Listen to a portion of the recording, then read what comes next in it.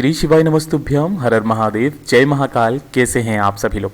देखिए, आप सभी को पता है कि बसंत पंचमी का बहुत ही प्यारा सा पर्व आने वाला है। काफ़ी सारे लोग कन्फ्यूज़न में हैं कि भैया 2 फरवरी को बसंत पंचमी है या फिर 3 फरवरी को बसंत पंचमी है, तो उसकी भी कन्फ्यूज़न को हम लोग दूर करेंगे। और बसंत पंचमी के दिन जो सरस्वती माता की पूजा की जाती है, जिस दिन आपको सरसों के जो 31 फूल वाला उपाय पूज्य गुरुजी ने बताया, आपको अपने परिवार के बच्चों के लिए, अपने परिवार के सदस्यों के लिए करना होता है, जो कि साल में सिर्फ एक ही दिन करना होता है, बसंत पंचमी के दिन। उस उपाय को बहुत ध्यान से समझेंगे। काफी सारे लोग इस बात से भी परेशान रहते हैं कि पिछले साल हमने करने का सोचा था, लेकिन हमें सरसों के फूल ही नहीं मिले, उससे पहले सरसों कट गई थी तो फूल ही नहीं मिल रहे थे। अगर आपको सरसों के फूल नहीं मिले, तब आपको क्या करना है, कैसे करना है इन सभी उपायों को, तो पूज्य गुरुजी की कथा से सुन करके और समझ करके सभी उपायों को बहुत आसान भाषा में आपको बताऊंगा। परंतु उससे पहले आप सबसे एक छोटी सी प्रार्थना, जो लोग पहली बार आए हैं चैनल को सब्सक्राइब जरूर कीजिएगा और वीडियो को लाइक करके देव आदिदेव महादेव का कोई सा भी प्यारा नाम कमेंट बॉक्स में लिखना मत भूलिएगा। साथ ही साथ आज के दिन मां शारदा का नाम जरूर लिखिएगा। तो इस पूरे वीडियो में हम 4 महा उपायों के बारे में बात करेंगे, जो कि आपकी अलग अलग कामना पूर्ति के लिए सिद्ध होंगे। तो ध्यान से सुनना और समझना। लेकिन उससे पहले बसंत पंचमी है किस दिन, उस चीज को कंफ्यूजन को दूर कर देते हैं। अगर आप यहां पर 2 फरवरी 2025 के दिन का पंचांग निकाल करके देखेंगे, ठीक है, तो इस बार की जो बसंत पंचमी है ना, वो क्षय तिथि में जा रही है। मतलब क्या होता है कि कोई न कोई हर महीने में कोई एक ऐसी तिथि होती है जो क्षय तिथि में चली जाती है ना। तो अब यहां पर देखोगे कि तो चतुर्थी तिथि है, वो फरवरी 1 को 11:38 से लेकर के फरवरी 2 तक 9:14 तक है, और उसके बाद में पंचमी तिथि स्टार्ट हो रही है, ठीक है। और जो षष्ठी है वो फरवरी को 3 तारीख को फरवरी में 6:53 से स्टार्ट हो रही है। अब इसका मतलब यह है कि जब सूर्योदय हो रहा है 3 तारीख को, तब षष्ठी तिथि लग रही है ना। तो मतलब पंचमी तिथि तो कहीं से है ही नहीं है। अगर आप सूर्योदय के जो उदया तिथि के अनुसार देखे जाएंगे तो भी नहीं आ रही है।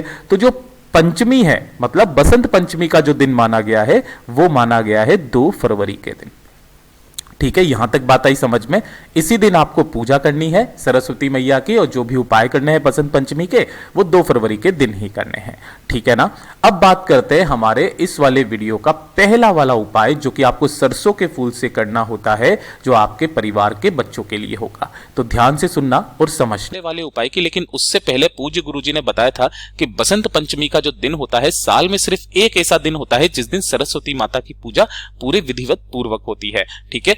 देखिए, इसी दिन अगर आपके घर में कोई छोटा बच्चा है ना, जैसे कि 1 साल का, 2 साल का, 2.5 साल का, जिसको अभी तक आपने स्कूल नहीं भेजा है, तो बसंत पंचमी के दिन उसकी स्लेट की पूजा कराई जाती है। उससे पहली बार लिखवाया जाता है स्लेट के ऊपर।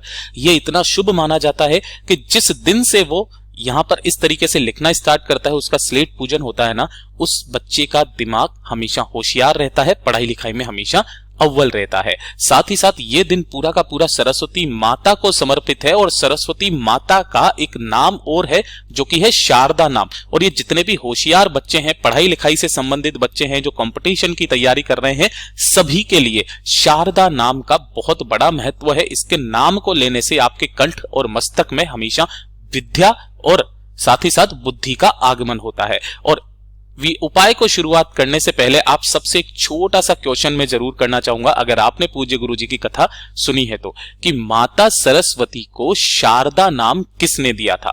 जिसको भी याद है, ये 4 ऑप्शन से इसमें से कौन सा ऑप्शन सही है, कमेंट बॉक्स में हमें जरूर बताइएगा, ठीक है। अब बात करते हैं पहले वाले उपाय की। देखिए, जितनी भी माताएं बहनें हैं, काफी सारे परिवार में परेशानी यह है कि भैया उनका बच्चा जो है वो पढ़ाई लिखाई में कमजोर है ना। पढ़ने लिखने के लिए बोलते हैं तो पढ़ाई लिखाई करता ही नहीं है, उसके दिमाग में कुछ जाता ही नहीं है। पढ़ता भी है लेकिन एग्जाम हॉल में जाकर के सब कुछ भूल जाता है ना। या फिर वो उसका पढ़ाई लिखाई में बिल्कुल मन ही नहीं लगता है। तो सरस्वती पूजा के दिन, यानी कि बसंत पंचमी के दिन ही सिर्फ इस उपाय को किया जाता है, पूरे साल में एक बार, जो कि सरसों के फूल का होता है ना। अगर आपको सरसों के फूल ना मिले तो क्या करना है, मैं सब कुछ बताऊंगा, वीडियो में बने रहिएगा। देखिए, अगर बच्चा बहुत ज्यादा परेशान हो जाता है, पढ़ाई लिखाई में उसका ध्यान नहीं लगता है ना, कह करके पढ़ाने पर भी उसके दिमाग में कुछ भी नहीं जाता है, तो आपको बसंत पंचमी के दिन लेने होंगे सरसों के फूल। कितने फूल लेने हैं? 31 फूल। अब उन 31 फूलों को लेने का भी क्रम आप ध्यान से देखिएगा। आपको जब भी फूल लोगे ना तो इस तरीके से ये पूरा जो गुच्छा होता है ना, ये पूरा गुच्छा आप एक सरसों का फूल गिनेंगे। अदरवाइज तो अगर आप इनको अलग अलग तोड़ोगे ना तो पत्तियां पत्तियां तक खिर जाती है। अभी के टाइम पर अगर कहीं पर भी सरसों के फूल लगे भी होंगे ना तो उसमें मच्छर वगैरह बहुत ज्यादा होंगे। अगर आप उन्हें निकालेंगे तो आपके सारे फूल झड़ जाएंगे। ठीक है, तो आप गुच्छे के तौर पर आप ले सकते हैं। ठीक है, और आपको 31 लेने होंगे अपने बच्चे के लिए और 1 लोटा शुद्ध जल अपने घर का। ठीक है, 31 सरसों के फूल, 1 लोटा शुद्ध जल अपने घर का लेना और अपने बच्चे को लेकर के साथ में जाना। जिसके लिए आप कर रहे हो ना, अपने बच्चे को साथ में लेकर के जाना। महादेव जी के मंदिर शिवलिंग के पास किसी भी समय चले जाना बसंत पंचमी के दिन। उत्तर दिशा नॉर्थ डायरेक्शन की तरफ मुंह करके खड़े हो जाना। जैसे ही आप इधर की तरफ में खड़े होगे ना, सबसे पहले आपको अपने बच्चे के हाथ से 1 लोटा शुद्ध जल देवादिदेव महादेव जी की शिवलिंग पर आपको समर्पित कराना है। ओम नमः शिवाय, श्री शिवाय नमस्तुभ्यम पंचाक्षरी मंत्र या षडाक्षरी मंत्र का स्मरण करते हुए और एक एक करके उन सभी के सभी फूलों को महादेव जी की शिवलिंग पर उन्हीं के हाथ से आपको समर्पित करवाना है। ऐसा नहीं है आप समर्पित करेंगे, नहीं, बच्चे को खुद को समर्पित करना है। 31 फूल एक एक करके, एक साथ नहीं करना है ना। बाबा से विनती करके बच्चे का नाम और गोत्र आप बोल देना और उनसे विनती करना कि ये पढ़ाई लिखाई में अव्वल आए, इसकी जो भी केक कमजोर है इसे थोड़ा सा बुद्धिमान बनाए। अपनी विनती करके वापस चले आ जाना।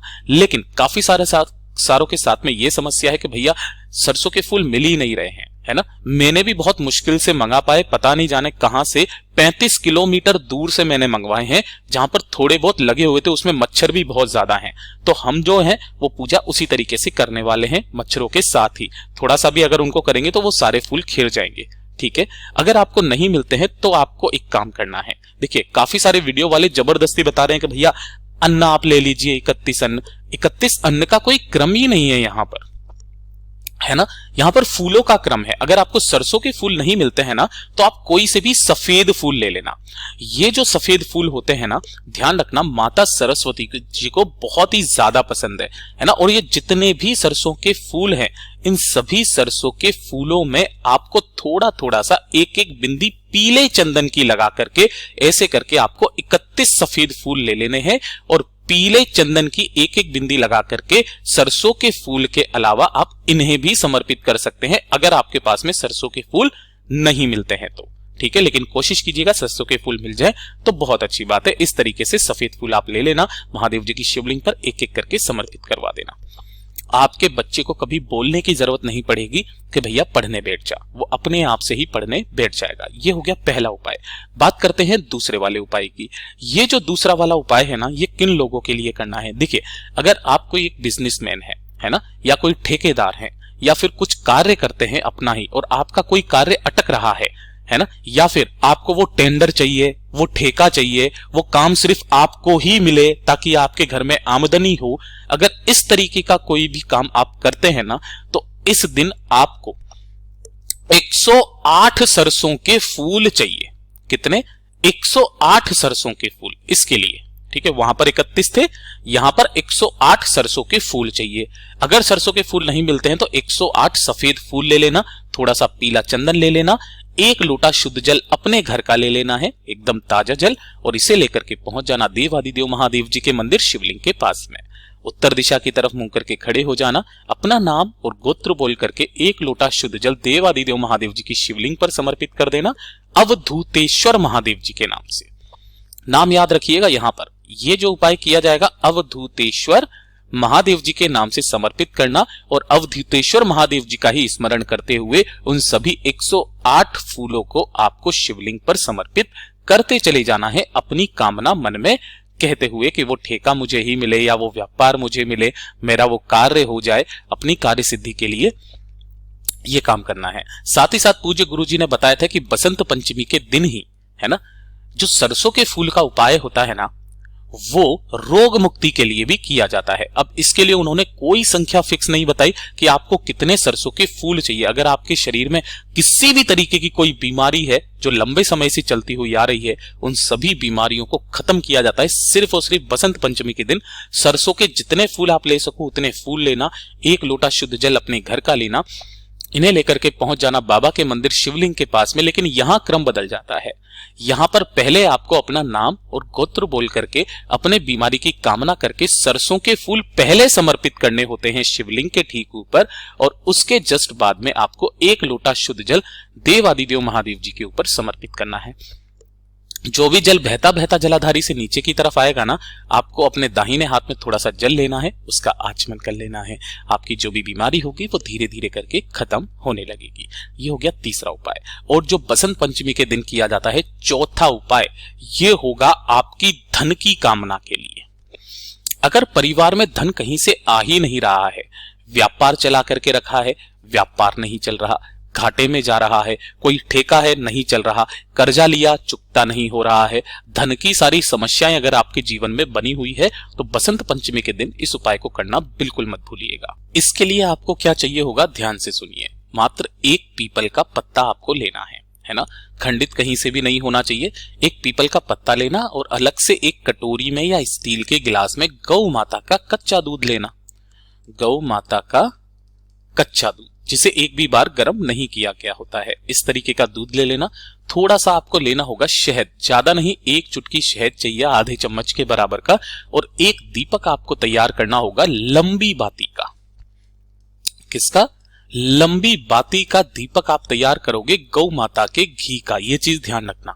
और इन सभी को लेकर के बसंत पंचमी के दिन, है ना, सुबह या शाम कभी भी पहुंच जाना पीपल के पेड़ के पास। यहां जैसे ही पहुंचोगे आपको सबसे पहले क्या करना है कि जो भी पूजा अर्चना करनी है वो आप कर लेना। यहां पर जो आप तिलक वगैरह जल चढ़ाते हो चढ़ा देना, कोई दिक्कत नहीं है। अब आपने जो एक पीपल का पत्ता लिया है ना, इसी पीपल के पत्ते पर आपको अपनी कामना कहते हुए शहद की 7 बिंदियां इस तरीके से इस क्रम में लगानी है, बिल्कुल बीच में 4 5 6 7 इस तरीके से लगा दोगे। और 7 बिंदियां लगाने के पश्चात आपने जो एक दीपक लिया है ना, उस दीपक को आपको इसी पीपल के पत्ते के ऊपर रखना है और इसको आपको दोनों हाथों में लेकर के अपनी कामना कह करके पीपल के पेड़ के नीचे जड़ों के पास में आपको इस पत्ते को समर्पित कर देना है। ध्यान रखना, जो दीपक आपने लिया है ना, उस दीपक की जो बत्ती होगी वो पेड़ की तरफ होनी चाहिए। इस तरीके से समर्पित कर देना। और समर्पित कर देने के पश्चात आपको अपनी कामना कह करके जो थोड़ा सा दूध आपने लिया है ना, उस दूध को पीपल के पेड़ की जड़ों में आपको सींच देना है। ये चीज ध्यान रखना, पीपल के पेड़ के नीचे माता लक्ष्मी जी का वास होता है। और बसंत पंचमी के दिन जो भी व्यक्ति इसका उपाय कर लेता है ना, उसके घर में कभी भी धन संपदा की कमी नहीं होती महाराज, उस घर में कभी भी कर्जा नहीं बढ़ सकता। पूज्य गुरु जी के ये सभी उपाय बहुत ही ज्यादा खास और विशेष जरूर कीजिएगा। वीडियो पसंद आए तो लाइक जरूर करना, साथ ही साथ चैनल को सब्सक्राइब जरूर कीजिएगा। मैं आपसे मिलता हूं अगले वीडियो में, तब तक के लिए ओम नमः शिवाय, जय महाकाल, जय शिव शंकर, श्री शिवाय नमस्तुभ्यं।